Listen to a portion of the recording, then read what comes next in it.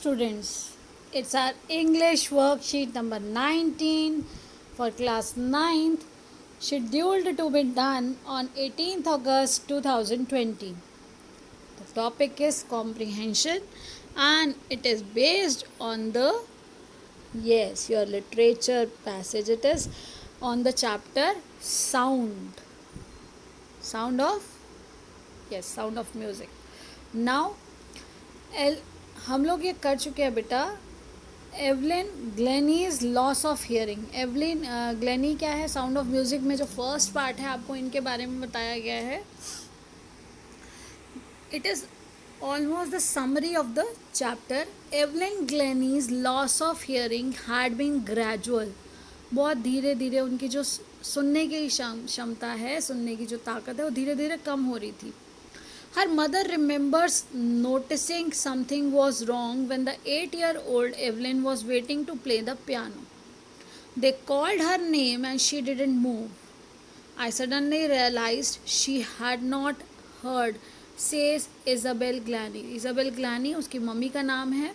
उन्होंने सबसे पहले रियलाइज़ किया था, उन्हें याद है कि वो जब 8 साल की थी, उन्हें बुलाया जा रहा था, उन्हें जब कॉल किया गया टू प्ले द पियानो, वो वेट कर रही हैं, लेकिन वो जब उन्हें बुलाया गया तो वो नहीं सुना उन्होंने. धीरे धीरे मम्मी ने और भी एक्टिविटीज़ में ऑब्जर्व किया होगा कि फ्रॉम दैट एज 8 years से उनके साथ ये ऐसा कुछ धीरे धीरे उनकी जो सुनने की ताकत है वो कम हो रही है. For quite a while Evelyn managed to conceal her growing deafness from friends and teachers, but by the time she was 11 her marks had deteriorated and her headmistress urged her parents to take her to a specialist. किसी तरह से Evelyn ने manage किया, ये चीज़ छुपाए रखी, conceal किया, उसे किसी को पता नहीं चलने दिया कि वो धीरे धीरे उन्हें सुनाई देना कम हो रहा है. अपने फ्रेंड्स को नहीं पता चलने दिया, टीचर्स को पता नहीं चलने दिया. लेकिन धीरे धीरे जब उनके मार्क्स कम होते जा रहे थे, वो 11 years की थी, उनके काफ़ी मार्क्स में वेरिएशन आ चुका था, तो उनकी हेडमिस्ट्रेस ने ही उनके पेरेंट्स को सजेस्ट किया कि आप प्लीज़ इसको स्पेशलिस्ट के पास लेके जाइए और एक बार चेकअप कराइए. It was then discovered that her hearing was severely impaired as a result of gradual nerve damage. They were advised that she should be fitted with hearing aids and sent to a school for the deaf. Everything suddenly looked black, says Evelyn. तो यहाँ Evelyn अपना जो experience बता रही हैं, वो कह रही हैं कि उस समय में जब डिस्कवर किया गया कि मेरी जो हियरिंग प्रॉब्लम है, जो मुझे सुनाई देना कम हो रहा था, वो किसी नर्व डैमेज की वजह से था. और वो नर्व धीरे धीरे बहुत ही एक एक्सट्रीम लेवल तक अब हो चुका था कि वो बहुत ज़्यादा डैमेज हो चुकी थी. अब मुझे सुनाई नहीं दे पा रहा था और मुझे अब हियरिंग एड्स, आपने देखा होगा कुछ बच्चे सुनने वाली मशीन लगाते हैं, यूज़ करने के लिए कहा गया और ऐसे स्कूल में भेजने को कहा गया जहाँ इस तरह के बाकी बच्चे थे जिन्हें सुनाई नहीं देता. डेफ मतलब बेटा जिनको और सुनाई, और भी ऐसे बच्चे जिनको सुनाई नहीं देता, डेफ उसको बोलते हैं. एवलिन को क्या लगा होगा उस समय? आप सब कुछ कर सकते हो, धीरे धीरे आपको इस तरह से एकदम पता चले कि नहीं, अब आपके सुनने की जो ताकत है वो वापस नहीं आएगी. अब वो आपको उन बच्चों के साथ ही या उसके साथ ही आपको अब जीना सीखना है. आपको उसके अकॉर्डिंग अपनी हर एक्टिविटी को, हर चीज़ को चेंज करना और अडेप्ट करना है. तो एकदम से सब कुछ अंधेरा सा छा जाता है ना, हम लोग जब ऐसा सोचते हैं कि अब क्या होगा. But Evelyn was not going to give up. लेकिन उसने हार नहीं मानी. ये सबसे बड़ी क्वालिटी है बेटा, कुछ भी हो जाए, we should not give up. हमें कभी भी हार नहीं माननी चाहिए. She was determined to lead a normal life and pursue her interest in music. वो डिटरमाइंड थी, दृढ़ निश्चय किया हुआ था उन्होंने, वो एक नॉर्मल लाइफ जिएंगी और वो अपने म्यूज़िक के इंटरेस्ट को, जो वो पियानो, देखिए 8 साल की उम्र में भी वो पियानो बजाना चाहती थी, उसमें म्यूज़िक में बहुत इंटरेस्ट था. और म्यूज़िक हम जनरली सुन के इन्जॉय करते हैं, लेकिन एवलिन ने उसे महसूस करना सीखा. One day she noticed a girl playing a xylophone and decided that she wanted to play it too. अब एक दिन एक बच्ची को उन्होंने जाइलोफोन बजाते देखा तो सोचा वो भी इसे ज़रूर बजाएंगी. Most of the teachers discouraged her, but percussionist Ron Forbes spotted her potential. बहुत से टीचर्स के पास वो गए, लेकिन सब ने डिस्करेज किया, नहीं ये नहीं कर पाएगी, ये सुन ही नहीं सकती, ये नोट्स को नहीं सुन सकती, ये म्यूज़िक को अंडरस्टैंड कैसे करेगी. लेकिन परक्यूशनिस्ट कौन होते हैं? जो इंस्ट्रूमेंट्स को बजाते हैं, परक्यूशन वाले इंस्ट्रूमेंट्स को बजाते हैं, वो रॉन फॉब्स जो थे उन्होंने पहचाना उनकी क्षमता को, पोटेंशियल को, और he began by tuning two large drums to different notes, और उन्होंने वो ड्रम्स बजाते हुए अलग अलग नोट्स उनको अंडरस्टैंड करने बताए. Don't listen through your ears, he would say. उन्होंने क्या कहा? अपने कानों से मत सुनो. Try to sense it from your other way, says Evelyn. Suddenly I realized I could feel the higher drum from the waist up and the lower one from the waist down.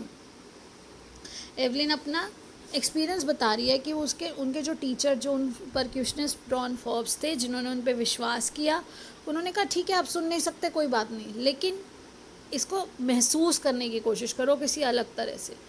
तब जब ध्यान दिया तो Evelyn ने ये महसूस किया कि वेस्ट के ऊपर वो हायर नोट्स को फील कर पा रही थी, और वेस्ट के नीचे, वेस्ट हमारा बॉडी पार्ट है, जो कमर आप कह सकते हो, अब वेस्ट से नीचे का हिस्सा जो लो नोट्स थे उनको वो महसूस कर रही थी वहाँ पर.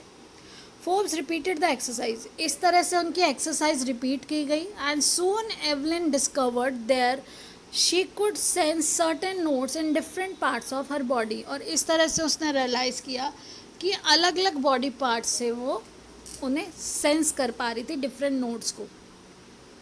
आई had learn to open my mind and body to sounds and vibrations. उसने अपने माइंड यानी कि अपने दिमाग और अपनी बॉडी को अलग अलग तरीके से सेंस करने के लिए यूज़ करना शुरू किया. The rest was share determination and hard work. और बाकी वो जो बेटा डिटर्मिनेशन और हार्ड वर्क जहाँ पर है, तो कोई ऐसा काम नहीं है जो इम्पॉसिबल है. As impossible itself says I am possible. हर चीज़ संभव है अगर मनुष्य पूरा निश्चय कर ले और पूरी मेहनत के साथ किसी काम को करे, तो कोई चीज़ असंभव नहीं है. अभी यहाँ देखिए नीचे आपको दिया गया है, based on given above passage from part 1, Evelyn Glennie. Listen to sound without hearing it. Of the chapter The Sound of Music, answer the following questions. Now the first question is, how old was Evelyn when her mother noticed symptoms of deafness in her? तो हमने अभी पढ़ा, she was 8 years old. She was 8 years old at that time when her mother realized that. Dash of Evelyn urged her parents to take her to a specialist. तो हमने पढ़ा था कि उनकी हेड मिस्ट्रेस ने ये बोला था कि प्लीज़ इनको एक स्पेशलिस्ट के पास लेकर जाइए. When Evelyn came to know about her deafness, she क्या किया था उन्होंने? First option is lost hope, started crying. क्या उन्होंने होप छोड़ दी, आशा छोड़ दी, रोने शुरू हो गई? नहीं, शी डिडंट गिव अप. उन्होंने बिल्कुल भी गिव अप नहीं किया.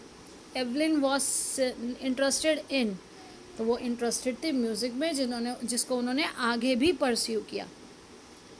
Who spotted her potential and encouraged her to play musical instruments? तो परक्यूशनिस्ट रॉन फॉब्स ने उनको हेल्प की या अंडरस्टैंड करने के लिए, पोटेंशियल उनकी पहचानी और उनको इनकरेज किया कि किस तरह से वो अंडरस्टैंड कर सकती है डिफरेंट नोट्स को. फिर उसके बाद है, Evelyn could sense the sounds and vibrations of any musical instrument through her. तो बेटा वो अलग अलग बॉडी पार्ट्स से करना सीख गई थी कि अलग अलग बॉडी पार्ट से किस तरह से, कौन से पार्ट से वो कौन से नोट्स को, अभी आपने इसमें पढ़ा है कि उन्होंने अपने माइंड और बॉडी को ट्रेंड कर दिया था टू अंडरस्टैंड डिफरेंट नोट्स. फिर है, विच क्वालिटीज़ हेल्प एवलिन ओवरकम हर फिजिकल चैलेंज. तो अभी हमने पढ़ा, लास्ट सेंटेंस है determination, hard work, will power. जिसके पास ये है तो वो किसी भी चैलेंज को एक्सेप्ट कर सकता है. तो आप भी बेटा फुली डिटरमाइंड होके हार्ड वर्क के साथ, अपने स्ट्रॉन्ग विल पावर के साथ अपनी पढ़ाई करिए एंड कीप ऑन लर्निंग. तो आंसर हो जाएगा all of the above. Which word in the passage, बेटा which word in the passage is synonym of degrade. तो डिग्रेड है ग्रेजुअल होता है, धीरे धीरे. कंसील है उसने छुपाया. डिटोरिएटेड और वर्ड है एक और जो आपका वर्ड है, देखिए ये है पोटेंशियल. पोटेंशियल होता है हमारी क्षमता, हमारी वो ताकत. तो यहाँ पर डिटोरिएटेड, जब उनकी सुनने की जो ताकत थी वो धीरे धीरे कम होती चली जा रही थी. I hope you understood and keep on learning. Please read the chapter from your textbook and do the in-text questions as well. I hope you are doing your best. Keep learning, stay safe, stay at home, stay happy and blessed. Thank you so much. Have a nice day.